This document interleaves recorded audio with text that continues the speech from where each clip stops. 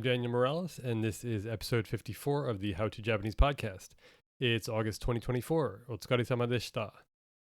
This month, I have to start by offering an apology for the podcast last month.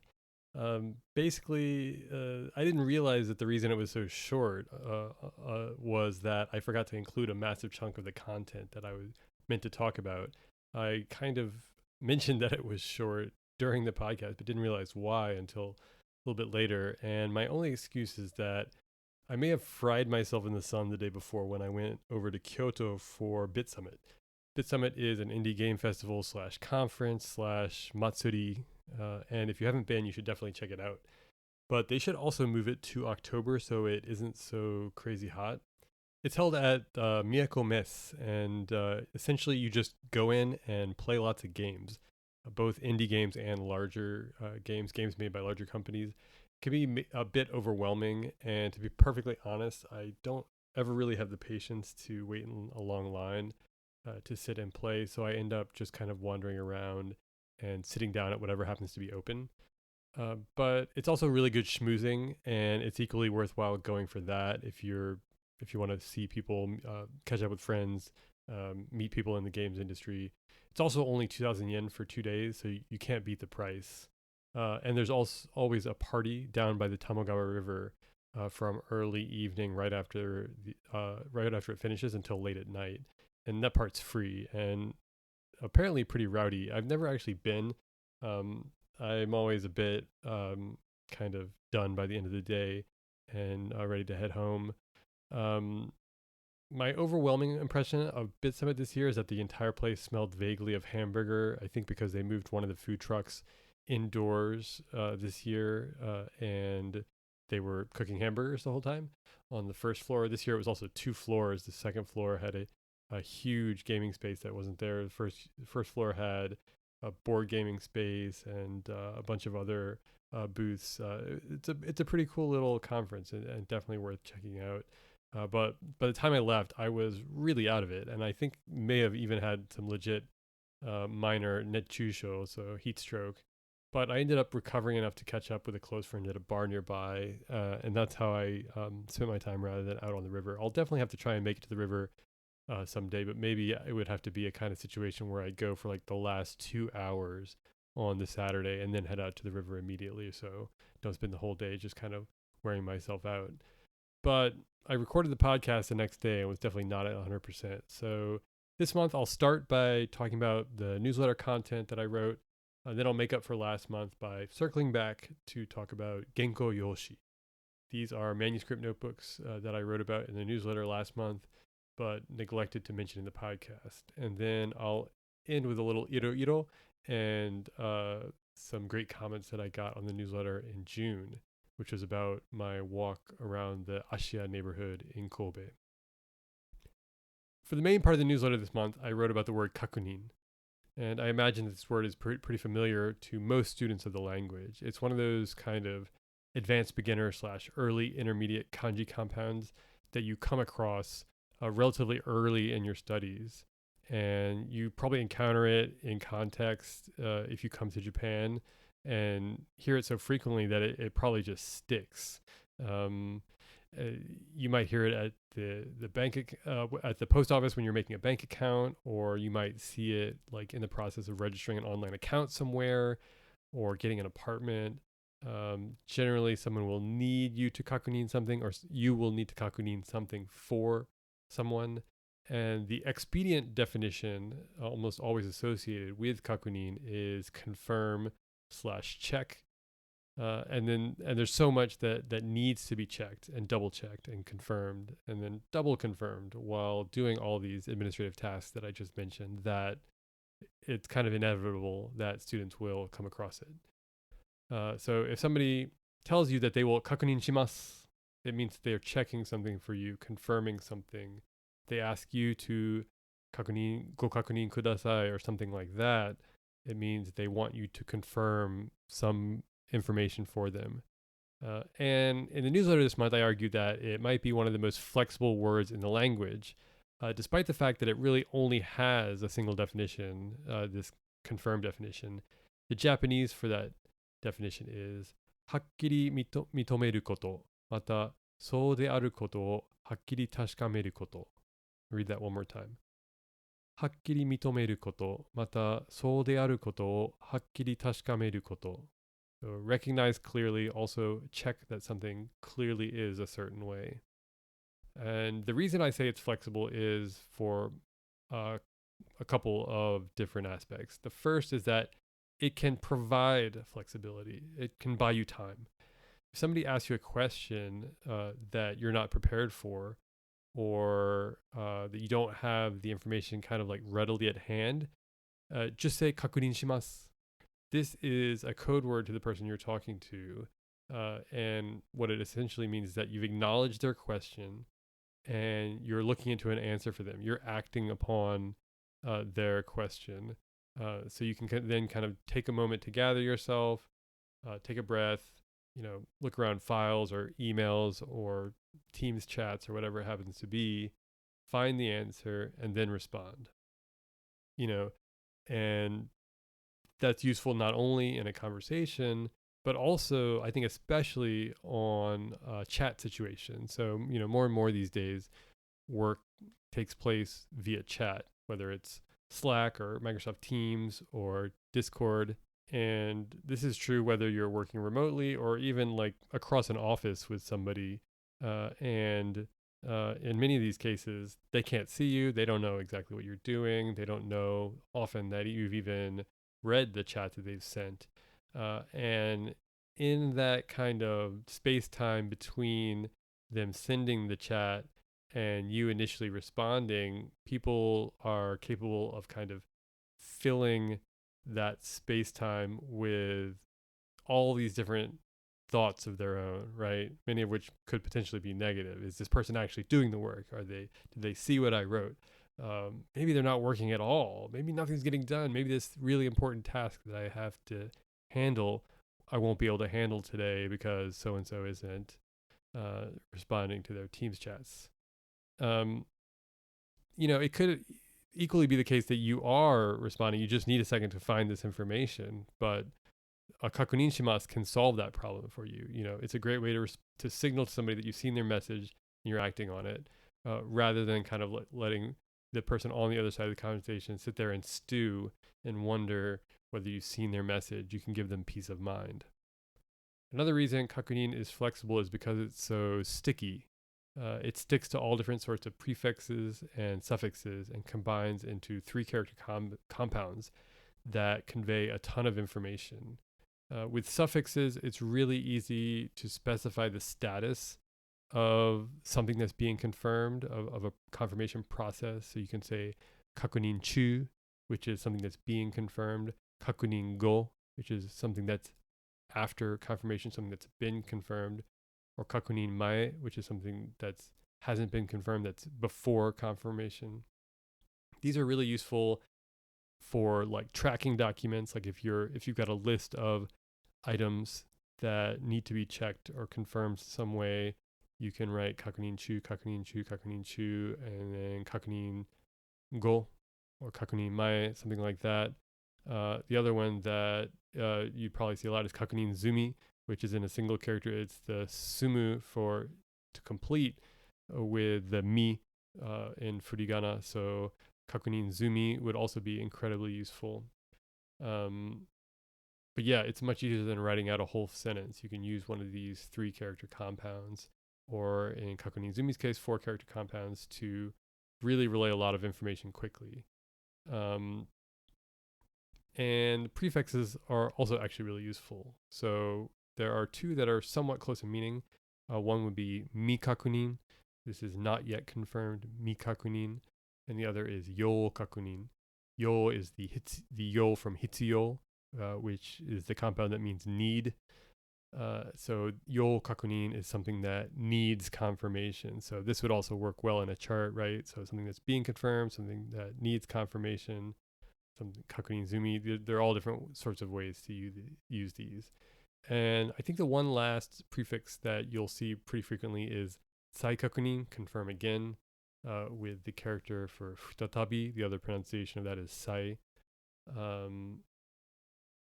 So if you're confirming something again, you can say saikakunin shimasu. I'll check again. And the last bit of flexibility is a bit of a reemphasis of my first point, that kind of, flexibility of signaling to somebody that you're acting on something. And that is the idea that kakunin can be used as a linguistic signpost in a conversation to make conversation easier to facilitate easier conversation with somebody, to basically, if you're talking on the phone or even if you're just starting a conversation with somebody in person, especially if it's like, if you're calling like a doctor's office or like, um, something administrative where there's an administrative task that you need to ask about, um, it's really helpful to kind of state what it is you're looking to do before you ask your question, right? So, and kakunin allows you to do this. You can just say simply kakunin shitai desu ka, kakunin shitai desu ka. You can get that in there to really sound natural. Kakunin shitai desu ka,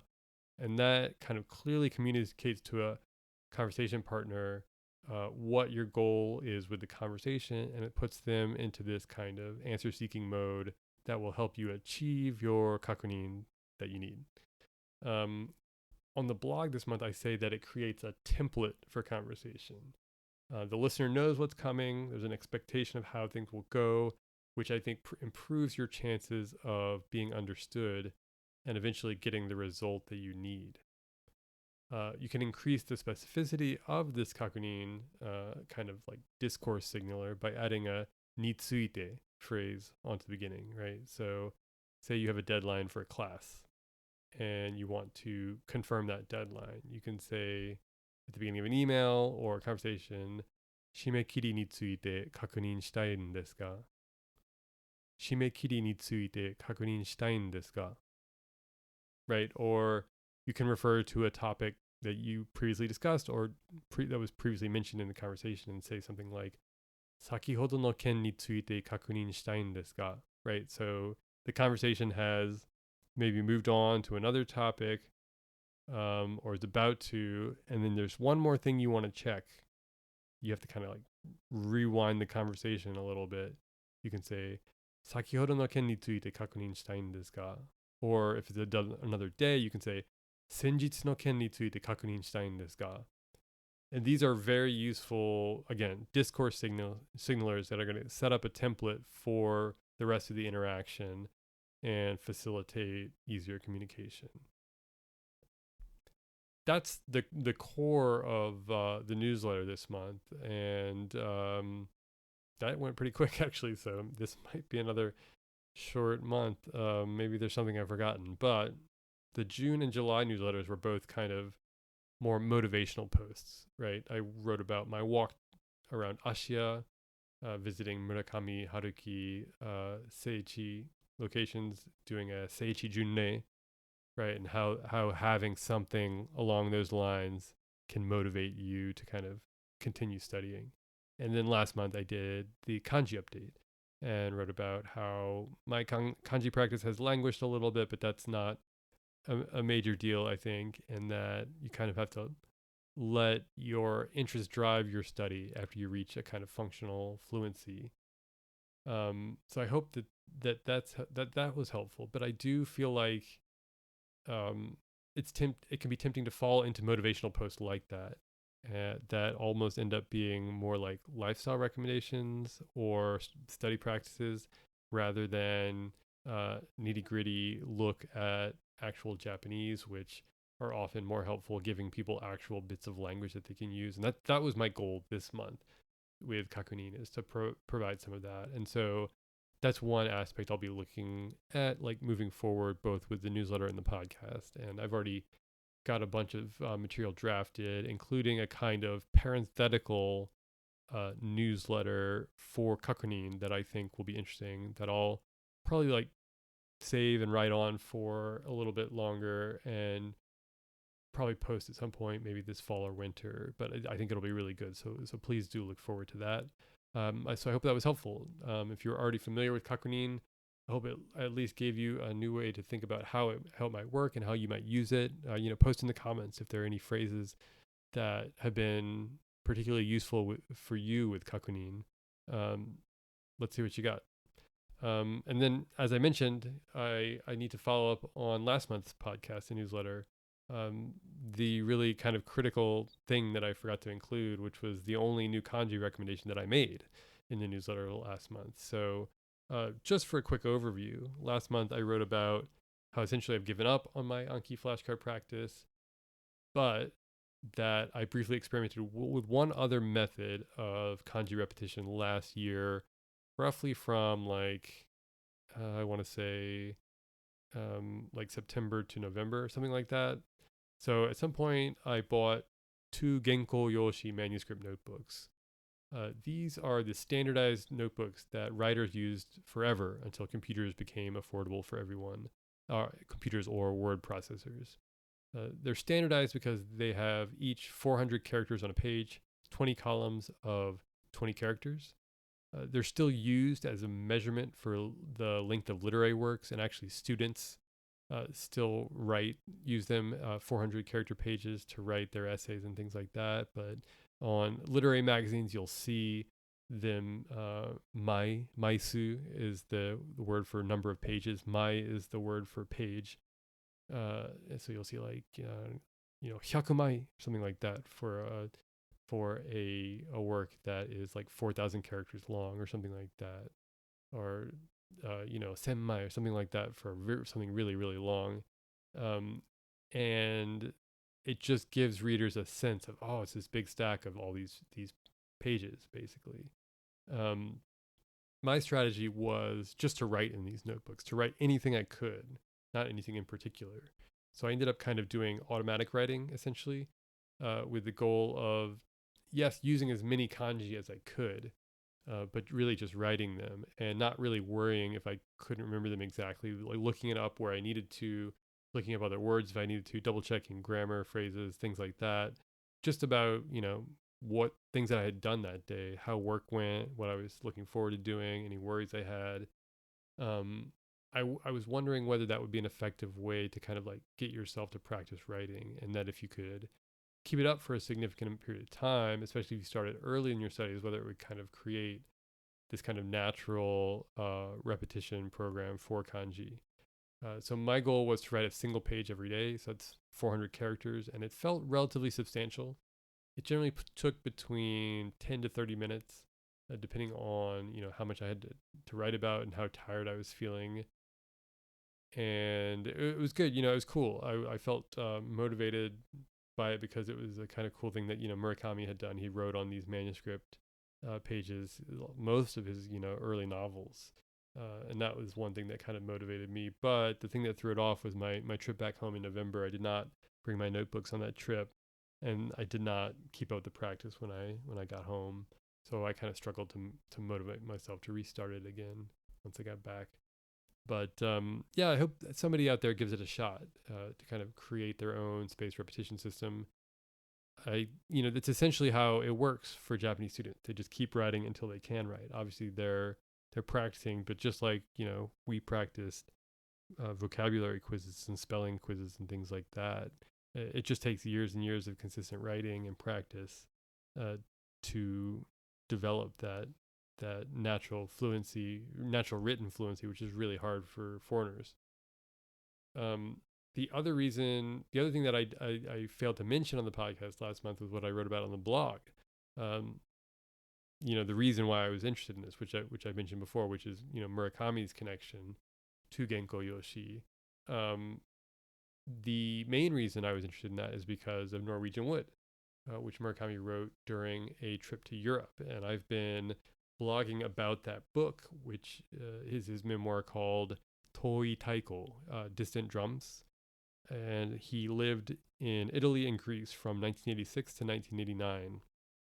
And kind of to get away from Japan, he was being exhausted by the literary scene, by all the kind of small little jobs that he was being asked to do by editors, in addition to trying to write novels and do translations and things like that.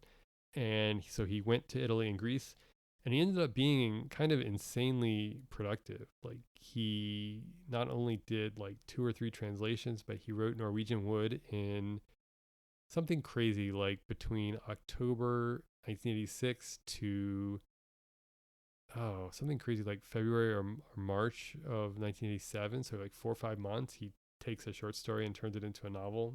Crazy, but we have really specific details in the memoir about his writing process. And if you go on my blog, I've got a little bit more in depth there.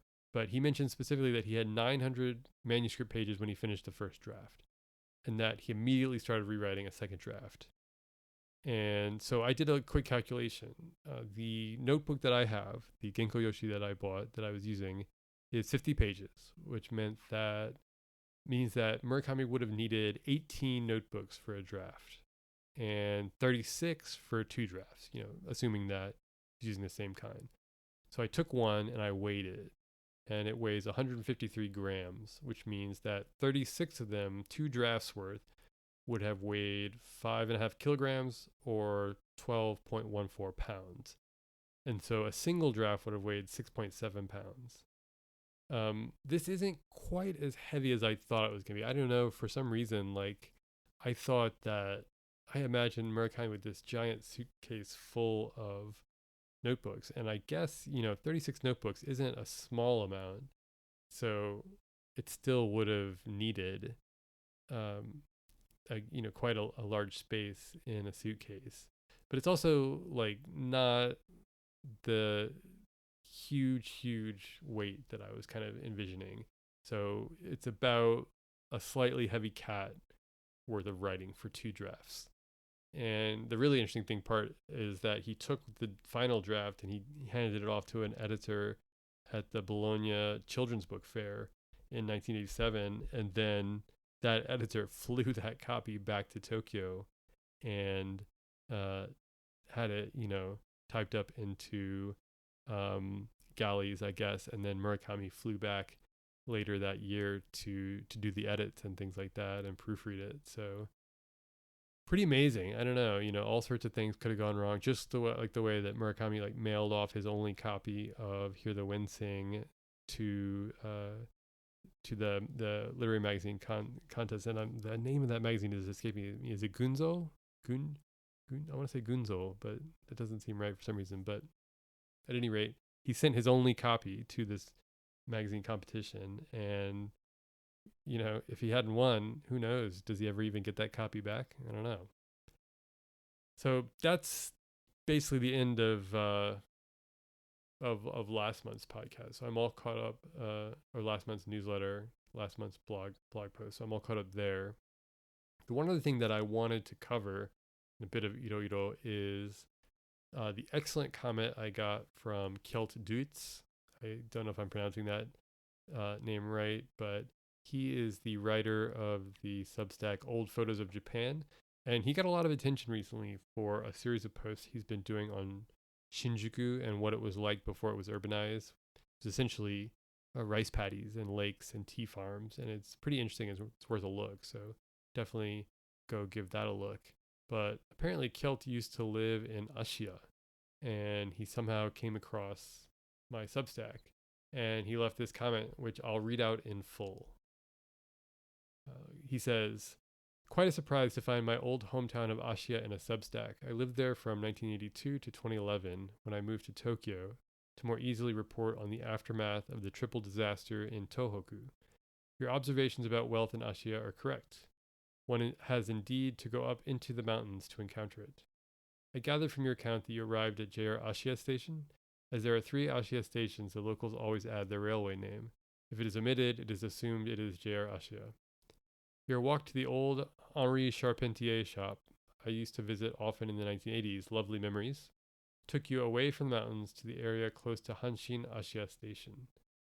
The area along the Hanshin railway line is traditionally considered the least wealthy in Ashia, as you observed. The wealth improves in the area between the JR and Hankyu lines, and is highest from Hankyu into the mountains. Rokurokuso, nestled high in Ashia's mountains, is known as one of the most exclusive residential areas in Japan. As it happens, the area between JR and the sea is mostly alluvial and therefore experienced the greatest destruction from the 1995 Hanshin Awaji Great Earthquake. As usually happens with disasters, both natural and human-made, the least wealthy were hit worst. Whole neighborhoods along the Hanshin railway line, even complete shopping streets, disappeared. A lot of the buildings you saw on your walk were likely built since then. The geographically more stable area in the mountains experienced relatively little damage and still feature many old buildings that exude wealth and history. I used to walk to the monkeys once in a while and didn't realize that they were no longer there. Just as well for the poor monkeys, but it does feel like a door to the past has been closed now the cages are gone. The park was always buzzing with the voices of children. Hopefully that won't change. Thank you for taking me back to the town that I still consider home. And then he added, after one of my comments, Ashia is a relatively small town, but it has a few very nice spots. When you have the chance to spend some more time there, try to visit the following places. Roku Rokuso, mentioned above. Yodoko Guest House, the only surviving Frank Lloyd Wright residence in Japan. Ashia Rock Garden, a rocky area in the mountains with a beautiful view on Osaka. The trail starts from Hankyu Ashia Station and passes by a small waterfall. I used to walk to the falls every morning before starting work. So thank you, Kelt, for that. Those comments. That was super nice, and they really make me want to go back and check out the Yodoko Guest House, especially. I've got the Chicago connection, and when I lived there for 9 years, I was able to see a number of Frank Lloyd Wright residences and some of his main really well-known buildings that were, great examples of the prairie style and were literally on the edge of the prairie until Chicago as a city kind of expanded to fill that prairie. The Yodoko guest house I checked is open Wednesday, Saturday, and Sunday, and it's only 500 yen to get in, which is like pretty impressive, I have to say. That's a pretty amazing value. Judging from Google Maps, it's only about an hour from central Osaka, and we've got a long weekend coming up here in Japan, and we'll see. Maybe that will be how I spend one of those days. It's really going to depend on how the weather looks. It is brutal right now, and I hope the rest of you are keeping cool somehow. So that's it. That's all I have for this month. I will see you back here in September. This is your early reminder that I'll be doing Murakami Fest all September over on the blog. This is where I look at untranslated Murakami material all month in September every year. And I've been doing this since 2008, which makes this year 16 or 17 somehow, which is insane. I am still working my way through Distant Drums Toy Taiko. This is Murakami's travelogue that I mentioned about, living for 3 years in Italy and Greece. I realized that if I keep going at my current pace, it's going to take me another 4 or 5 years to get to this book, which is a little depressing. So I may have to speed this up somehow and knock out some more posts here and there. Maybe I'll do a second one during the year to kind of speed things up a little bit, because it also is a nice little filler for me. I can always find the energy to read a chapter and then write up a quick blog post about it, and it also, I find that it kind of restarts my writing energy in a way that maybe Murakami would have said translation does for him. When between his novels, he was often writing translations as a kind of reset to kind of keep himself writing and motivated and working with words, but not in that same creative headspace when he was writing a novel. Interestingly enough, this year's Murakami Fest will be in a few chapters that happened in 1987 when Murakami was in Greece during Black Monday. And so, which is strange because literally today, the day I'm recording this podcast, we just had the largest daily stock market drop in history in Japan. The Nikkei fell 12%. So fingers crossed that the damage is somewhat contained. It doesn't get too much worse, but it's 8:31 p.m. As I talk to you right now, which means we've got 2 hours before the markets open in the U.S. So we'll see how it goes. So yeah, look for Murakami's experience of Black Monday next month, along with some of his travels on the island of Lesbos. And hope you all are having fun reading, writing, speaking, and hearing some Japanese this month. Ganbare. And we'll see you in September.